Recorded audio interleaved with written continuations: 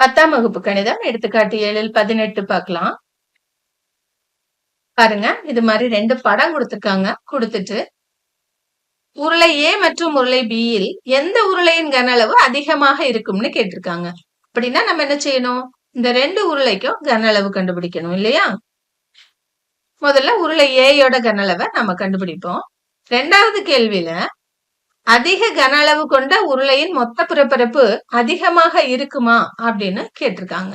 அப்படின்னா நாம 2 உருளைக்கும் கன அளவும் கண்டுபிடிக்கணும், மொத்த பரப்பும் கண்டுபிடிக்கணும். கடைசியா உருளை A மற்றும் B யின் கன அளவுகளின் விகிதம் கேட்டிருக்காங்க.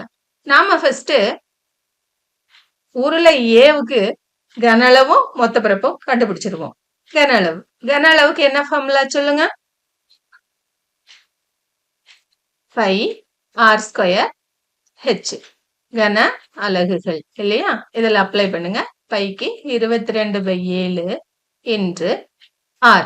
r எவ்வளவு நமக்கு? 7ல பாதி 7/2. படத்தை நல்லா பாத்தீங்கன்னா தெரியும், விட்டம் தான் கொடுத்திருக்காங்க இல்லையா? நம்ம ஆரம் 7/2ன்னு எடுத்துக்கணும்.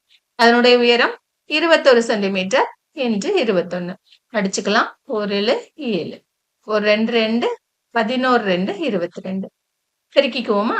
11 7 77 77 21ஆல பெருக்குங்க.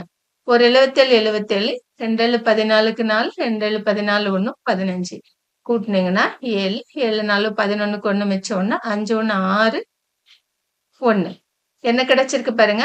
1617/2 2ஆல வகுப்போமா? 8 8 2 16 1ல 2ல 0 போட்டுக்குங்க. 17 8 2 16 மீதி 1 வரும்ல, அந்த 1 புள்ளி வச்சு 0 போட்டுட்டு 10ன்னு எடுத்துக்குங்க. 0.5 கன சென்டிமீட்டர். இது என்னது? கன அளவு இல்லையா? மொத்த பரப்பு கண்டுபிடிப்போமா? உருளையின் மொத்த பரப்புக்கு 2πr × h+r ஃபார்முலா இல்லையா? சமம் 2 × bike 22/7 × r 7/2 × h. hங்கிறது 21 + r. r 7/2. Simplify பண்ணுவோம். இந்த 2 இந்த 2ஓடையும் இந்த 7 இந்த 7ஓடையும் அடிச்சிருங்க.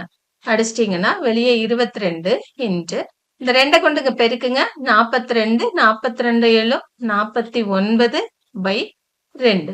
22 49ஓட நாம பெருக்குவோம். 49 × 22 2 9 18 8 மீதி 1 2 4 8 1 9 98 கூட்டுங்க. 8 17க்கு 7 மீதி 1 10 2ஆல வகுப்போம். 1 0 7 8/2 சமம் 2 10 7ல 3 தடவை 2 இருக்கு, மிச்சம் 1 18 9 2 18 539 சதுர சென்டிமீட்டர்னு நமக்கு மொத்த பரப்பு கிடைச்சிருக்கு. இப்ப உருளை Bக்கு வாங்க. இது உருளை B. இதனுடைய கன அளவு கண்டுபிடிப்போம். மறுபடியும் கன அளவுக்கு ஃபார்முலா எழுதணுமானா வேண்டாம், ஒரு தடவை எழுதினா போதும். ஃபார்முலா என்ன? πr² h இல்லையா? சோ பைக்கு மதிப்பு போடுங்க. 22/7 × r². rங்கிறது இங்க 21 அப்படின்னா விட்டம் D 21, r என்ன? 21/2. அதனால r இருக்க இடத்துல 21/2 பெருக்கல் 21/2 × h. h எவ்வளவு நமக்கு? 7 சென்டிமீட்டர். 7 மட்டும் 7ஓட அடிச்சுக்குவோம். 4 2 2 11 2 22 21 21ஓட பெருக்குனீங்கன்னா 441 441 11ஆல பெருக்குவோம். 441 441 கூட்டினீங்கன்னா 1 5 8 4 அதாவது 4851/2 ஒரு 2 2 2 2 4 4 2 8 2 2 4 2 10 மிச்சம் 1 இருக்கு, புள்ளி போட்டு 0 போட்டுக்குங்க. 10 5 அதாவது 2425.5 கன சென்டிமீட்டர் நமக்கு கிடைச்சிருக்கு. இப்ப உருளை B யோட மொத்த பரப்பு கண்டுபிடிப்போம். மொத்த பரப்புக்கு என்ன ஃபார்முலா? 2πr × h+r இல்லையா? 2 × π 22/7 × r r 21/2 × h+r.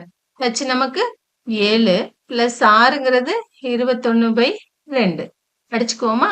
ஒரு 2 2 ஒரு 2 2 7 அடிச்சிங்கன்னா இங்க 3 7 21 3 22ஓட பெருக்குனீங்கன்னா 66 பெருக்கல் இங்க இதை 2ஆல பெருக்குங்க 14 14 21 35/2 ஒரு 2 2 3 2 6 3 2 6 35 33ஆல பெருக்குவோம் 5 15க்கு 5 3 9 1 10 105 கூட்டினீங்கன்னா 5 5 1 1 1155 சதுர சென்டிமீட்டர் நமக்கு விடையா கிடைச்சிருக்கு. இப்ப நாம முதல் வினாவுக்கு விடையளிப்போம். முதல் வினாவுல என்ன கேட்டிருக்காங்கன்னா எதனுடைய கன அளவு அதிகமா இருக்கு? கன அளவு உருளை ஏனுடையது அதிகமா உருளை பியினுடையது அதிகமா? பாருங்க உருளை பி தான் இல்லையா? அப்படின்னா நீங்க என்ன எழுதுவீங்க? உருளை பி அதிக கன அளவு உடையது. இரண்டாவது வினா பாருங்க. அதிக கன அளவு கொண்ட உருளையின் மொத்த பரப்பு அதிகமாக இருக்குமா என சோதிக்க. பாருங்க உருளை பியோட கன அளவு தான் அதிகம் இல்லையா? அதனுடைய மொத்த பரப்பு பாருங்க 1155 சதுர சென்டிமீட்டர். அதே உருளை ஏக்கு பாத்தீங்கன்னா 539 சதுர சென்டிமீட்டர் தான். அப்படின்னா அதிக கன அளவுடைய உருளையின் மொத்த பரப்பு அதிகமாக உள்ளது. அப்படித்தானே? அடுத்து மூன்றாவது வினாவுக்கு விடையளிப்போம். மூன்றாவது வினா என்னன்னு பாருங்க. உருளை ஏ மற்றும் பி யின் கன அளவுகளின் விகிதம் காண்க.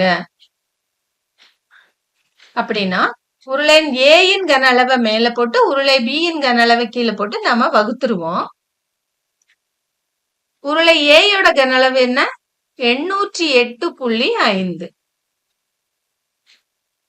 பை உருளை பி யின் கன அளவு என்ன? 2425.5.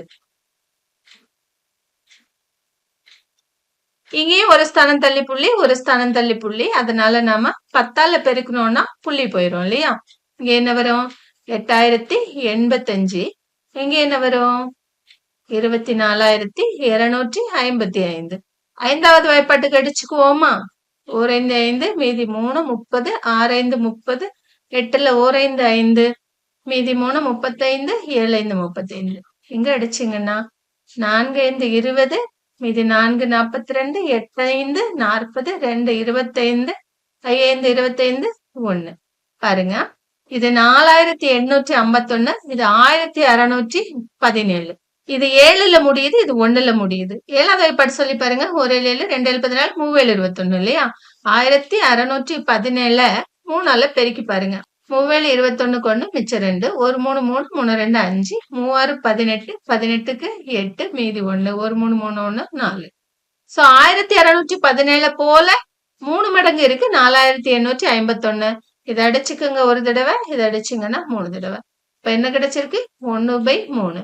கன அளவுகளின் விகிதம் என்ன அப்படின்னு கேட்டிருக்காங்க. கன அளவுகளின் விகிதம் என்ன? 1:3.